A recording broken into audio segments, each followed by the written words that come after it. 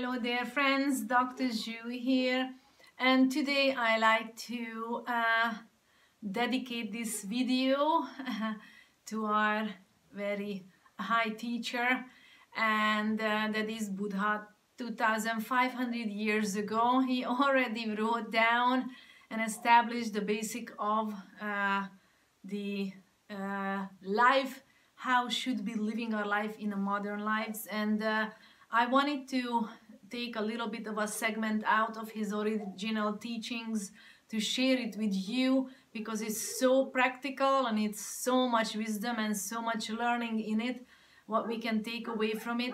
And that is our attachments. So many times we talk about let go this, let go that, let go whatever, and we let go of such a small thing, maybe a little money or a little this and that, a little clothes. Then really what is really count as attachments and clinging to certain things, we don't know that we should let go. So the purpose of today's video is to show you the 5 basic groups of attachments what we develop, and that is again is the original teachings of Buddha. And to make sure that I am telling you all very correctly, I'm getting my notes out. And we all intellectualize about the letting go without knowing the specific clingings, the specific attachments what we have, and we create enormous amount of sufferings with that. Small little attachments, adding them all together create huge sufferings. So the very first attachment is our sensual gratification.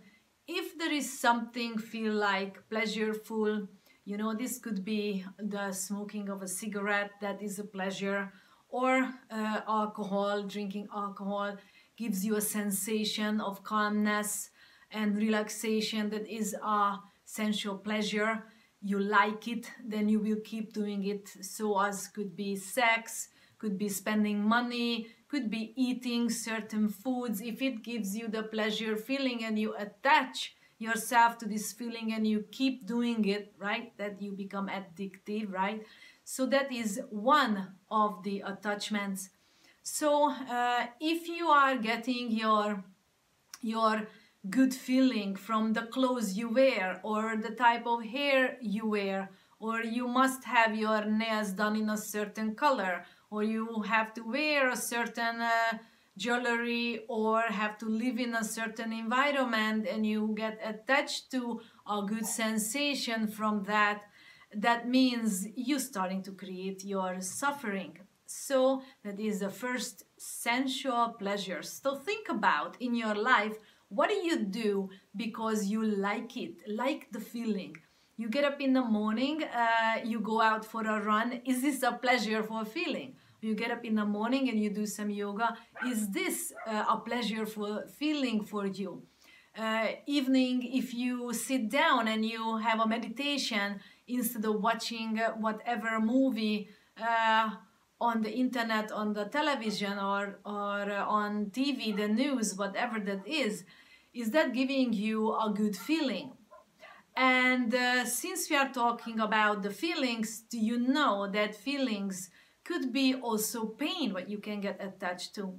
If you learned pain to be a good sensation, because never anything, you have never ever experienced any other sensations, happiness and joy, a gratitude from all your heart, you know, it's just wonderful, because you have never seen these, then you will go back and practice whatever activity will give you the feeling what is known for you. So that is sensual pleasure, the first one. The second is the I, so the smallest word in the English language, and it's capitalized. We give so much importance to the I. Who am I? What I want? What is mine?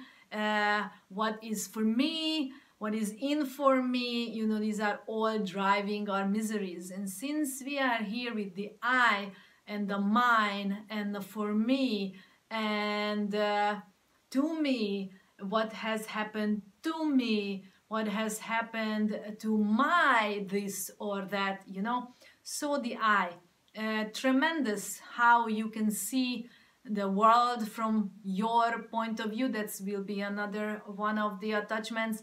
But the I, if you take away the I, the importance of the I, then you will be able to see the world as it is. The third, being attached or clinging to objects and people. Look at the clothes, look at the fashion, you know, whatever it's around you, objects. Maybe you are still having your wedding bouquet as a memory. It's all dried up now, but you are still clinging to that sensation, because if you look at that for example, wedding bouquet, then you recall the good feeling, the good sensation, what you felt back then at your marriage, you know, so many things. So, for example, here of the attachments together with the I and the objects and the people, you know, you look at who are the people in your life, who you have in your life, because how they make you feel. They make you feel loved, so you are attached to them. You are attached to them because you are dependent on them financially, you know, economically. You depend on them because this is where you live. You live in their house, so you have to believe in. You have to behave in certain ways to keep that dependency, this attachment, for example. So I am mine and objects and people, letting go. So I give you the questions, since you tell me you let go so many things and you know you have nothing, then I say, okay, so give me your car.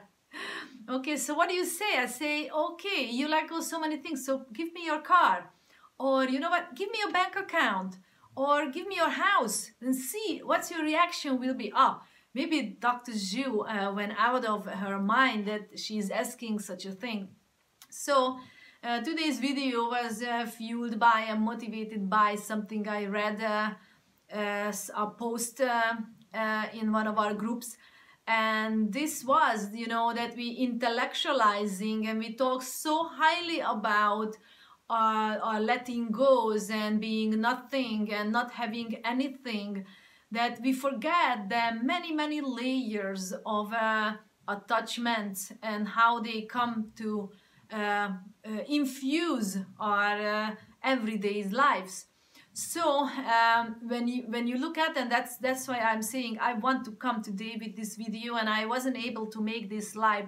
For some reason Facebook didn't allow me to make a live video, so I'm making this as a recording. It's available also on YouTube. So look at the objects, the people, the clothes, the fashion, how you wear your hair, the makeup you have.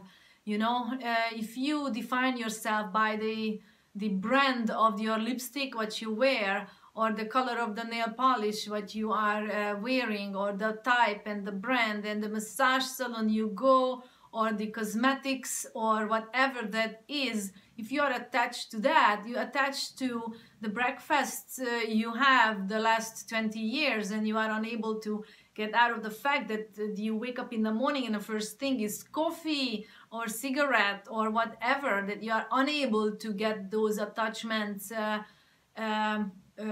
cut out and do something different. One of my attachments, you know, first thing in the morning, get up, go running.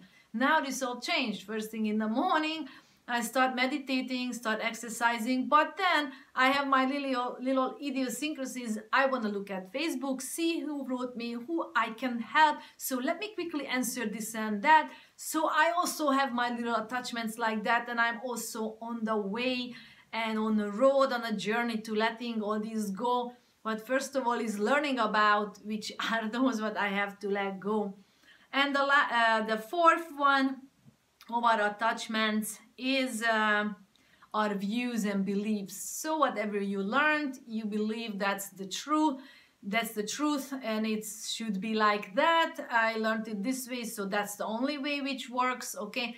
And then your views, you look at the other person. The other person says something, or dressed in such a way, then all of a sudden you don't even know that you have a facial expression, you have certain words you say that you are formulating inside yourself, the critiques, that I wonder why is this person looks so ugly, so smelly, so this and that. So the mind starts the work. So the views and beliefs, and we have many wars in the world because of views and beliefs. People are being attached to their views and beliefs. So if you are out there and listening and wanna little letting go, then let go your beliefs and start listening to other people. Learn about them by asking questions, being silent and listening to what they want to say, and learn about their belief system, their value system, and only then you will understand them. So you won't be able to tell them anything about the world or anything if you don't talk about that on their language, what they speak. If you know they won't be it won't be important for them because their belief system and their value system, so it's not important for them, then why say anything, right? Why say anything? So views and beliefs. And the fifth is being attached to, being dependent on, and clinging to religious rites, rituals and ceremonies. If you believe that only if you do those religious rites and ceremonies will you be someone, or you draw your safety, that if you did this and then for sure it will save you from that, or if you do this then nothing will happen to you, it will be a protection for you. So there are many things, and as I am saying this, prayers are very common and very important part of a type of meditation. And I say it's beautiful if it's a heartfelt, it's not coming from craving, because what happens is many people keep repeating the same questions, you know, give me this, give me that, why don't you do this, God, why don't you do that? So these are also attachments. Letting go means that if you are able to meditating just 5 minutes of breath observation and saying thank you for each and every breath, saying thank you to God for each and every breath what you take, and then say the rest of your prayers, see what happens. You're gonna have full concentration. It's a heartfelt, you need to say it only once, and the rest of the other of your prayers should be only gratitude and thank you for what you have received so far. And you know, recently we just had a longer meditation at home. Not, you know, we are unable to go out to certain places now, but we kept a longer meditation at home. And I said, you know what, I haven't done these longer meditations at home 3-4 hours because I thought what will happen to my work, my house chores, the dogs at home, how am I gonna do all that? And I said, you know what, I'm just gonna do it because I am important. I am important, meaning my progress and my growth is important, so I will take this time out for me. So I did, and you know what, the rest of the other day everything got done. My work got done, the dogs, the house chores, everything got done. It seemed like the entire universe and God came on my side because I took the time out to clean myself, to do, you know, to look within. And you keep practicing you know, objective observation on yourself, and once you do that and you stay non-reactive, you have like beautiful things happening to you, and everything gets done. So I let go another attachment to my views that longer meditations at home are impossible. It is possible, and everything else is. So I'm saying with this video, look at your idiosyncrasies of what everything should be like, folded like, put away like, look like, whatever, what not, what fears you should be holding and being attached to, being defined by, and start letting them go one by one. If you start writing them down one by one, it's a beautiful thing to start awakening to what you became by your beliefs, your conditioned beliefs. And if you are ready to talk about this, let's have a chat on video. Let me help you to discover the real roots of your fears, your idiosyncrasies, your attachments, your clingings. And even if we talk about this already and it's a gift session from me to you, then what happens is you start to liberate yourself from these clingings. So I want to be able to give this to you, that you start self-liberating yourself. So thank you so much for being here. This was Dr. Zhu. Write me. My email address is here below. And let us talk. Let us, progress on this road together. So I'm here for that. And lastly, let me send my love from my heart for you all over the world. Be happy and lots of love for you. Bye-bye.